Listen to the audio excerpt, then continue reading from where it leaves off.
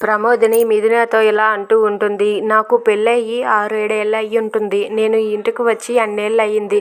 నేను ఇన్నేళ్ల నుండి దేవాని చూస్తున్నాను. దేవా ఎంత మంచి మనిషో నాకు మాత్రమే తెలుసు.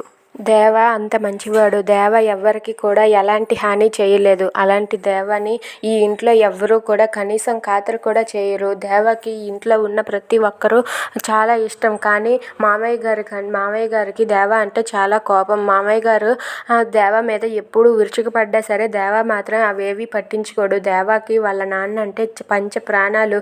వాళ్ళ నాన్న కోసం ఏదైనా చేస్తాడు. అలాంటి దేవ ఒక రౌడీగా మారవలసి వచ్చింది. అలా ఎందుకు మారవలసి వచ్చిందో నాకు అర్థం కాదు. కానీ దేవ ఎవ్వరికి కూడా ఎలాంటి హాని కలిగించడు.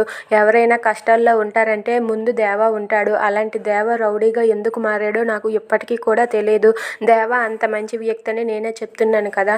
అయినా తను రౌడీగా ఎందుకు మారాడో నాకైతే మాత్రం తెలియదు. దేవ గురించి నాకు తెలిసింది నేను చెప్పాను. తర్వాత అంతా నీ ఇష్టం అని చెప్పి ప్రమోదిని అంటుంది. అది విని మిథున అయితే అలా ఆ దేవ గురించి ఆలోచిస్తూ ఉంటుంది. Thanks for watching friends. Please subscribe our channel.